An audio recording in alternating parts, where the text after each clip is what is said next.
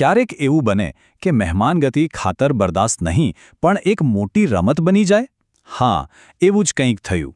ચાલો આજે એક એવી જ મજેદાર વાર્તા સાંભળીએ જ્યાં મહેમાનો સાથે એક જબરો ખેલ ખેલાઈ ગયો. આપણે ત્યાં કહેવત છે ને, અતિથિ દેવો ભાવ. મહેમાન તો ભગવાનનું રૂપ કહેવાય. પણ શું થાય જો મહેમાન આવે અને એ જ ટાઈમે તમારે તમારું આખું ખેતર સાફ કરાવવાનું હોય? કેવો વિચિત્ર સવાલ છે નહીં? ચાલો આનો જવાબ એક બહુ જ રમૂજી કિસ્સામાં શોધીએ. તો વાતની શરૂઆત થાય છે 3 મિત્રોથી.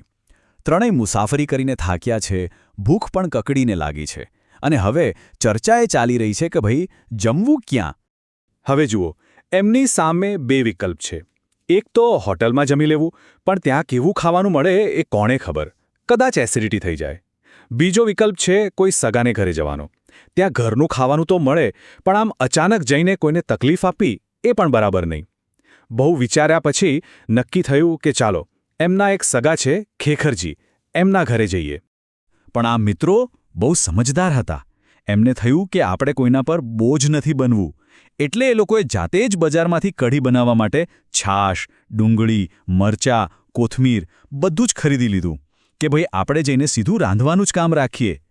તો બધી તૈયારી સાથે એ લોકો પહોંચ્યા ખેખરજીના ઘરે. પણ ત્યાં પહોંચતાની સાથે જ એમને લાગ્યું કે કંઈક ગડબડ છે.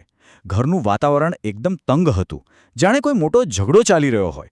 એમને થયું કે અરે, આપણે ખોટા ટાઈમે તો નથી આવી ગયા ને? હવે આ બિચારા મહેમાનોને ક્યાં ખબર હતી કે આ કોઈ ઝઘડો નથી, પણ એમના માટે જ એક જાળ પાથરવામાં આવી છે. એમના યજમાન ખેખરજીએ પોતાના મિત્ર ભૂપતજી સાથે મળીને એક આખું નાટક પહેલેથી જ ગોઠવી રાખ્યું હતું. તો થયું એવું કે ખેખરજી મહેમાનોને બેસાડીને ચા માટે દૂધ લેવા જવાનો ડોળ કરે છે અને બહાર જઈને પોતાના દોસ્ત ભૂપતજીને આખો પ્લાન સમજાવે છે. પ્લાન બહુ સિમ્પલ હતો. પહેલું, હું ગરીબ ગણોતીઓ હોવાનો ડોળ કરીશ. બીજું, તું ગુસ્સાવાળા જમીન માલિક બનીને આવીશ. ત્રીજું, તું આવીને ખેતર ખાલી કરવાનું કહીશ. અને ચોથું, મારા મહેમાનો શરમ ના માર્યા મફતમાં જ કામ કરવા તૈયાર થઈ જશે. કેવો માસ્ટર પ્લાન? અને બસ પ્લાન મુજબ જ થયો. ભૂપતજી, જે નકલી જમીન માલિક બન્યો હતો, એ ઘરમાં ધસી આવ્યો અને જોરથી બૂમો પાડવા લાગ્યો કે ખેખરજી પર એના 75,000 રૂપિયા બાકી છે. રકમ પણ નાની સૂની નહીં, પૂરા 75,000. આ નાટકને એકદમ અસલી બનાવવા માટે ભૂપતજીએ તો હદ કરી દીધી.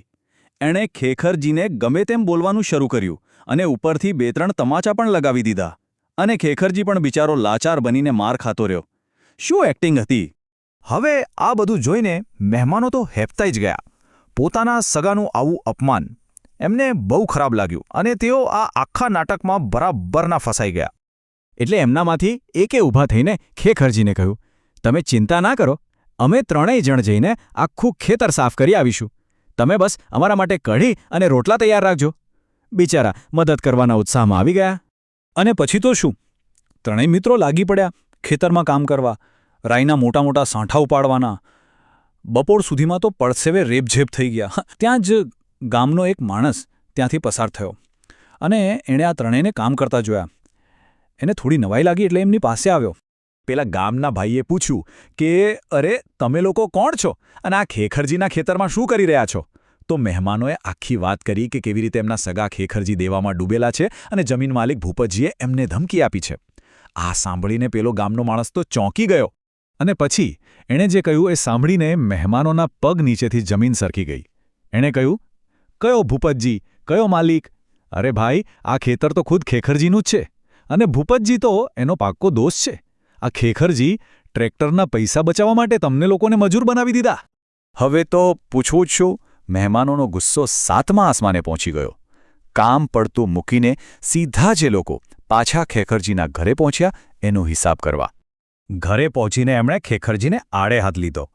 તમને શરમ ના આવી પોતાના જ સગાઓ સાથે આવો દગો કરતા? મફતમાં મજૂરી કરાવવા માટે આખું નાટક રચ્યું? ખેખરજી તો પહેલાં ગલ્લાંતલ્લા કરવા લાગ્યો. અરે, તો ખાલી ગેરસમજ છે. પણ પછી એણે કહ્યું, પણ જુઓ, ભોજન તો તૈયાર છે. ત્યાં જ પેલો દોસ્ત ભૂપતજી પણ હાજર હતો. એણે તો તરત જ બધું કબૂલી લીધું. એણે કહ્યું, ભાઈ, મેં તો એટલે જ હા પાડી કારણ કે એણે મને કહ્યું હતું કે હું એને 2-4 તમાચા મારી શકું છું. મારે એની સાથે જૂનો હિસાબ ચૂકવવો હતો. આ બધું સાંભળીને મુખ્ય મહેમાન હરીજીનું મન સાવ ખાટું થઈ ગયું. એમને એટલો ઊંડો આઘાત લાગ્યો કે એમણે ત્યાં જ કહી દીધું, ખેખરજી, હવે તમને અમારા સગા કહેતા પણ શરમ આવે છે. આજથી આપણો સંબંધ પૂરો. અને બસ ત્યાં જ આખી વાત પૂરી થઈ ગઈ. એક સંબંધ તૂટી ગયો. આ વાર્તા ભલે રમૂજી હોય, પણ એક મોટો સવાલ ઊભો કરે છે કે જ્યારે મહેમાન ગતિ એક જાળ બની જાય તો એની અસલી કિંમત કોણ ચૂકવે છે? કરકસર કરવી સારી વાત છે, પણ શું એના માટે સંબંધોને દાવ પર લગાવી દેવાય? આ વિચારવા જેવી વાત છે.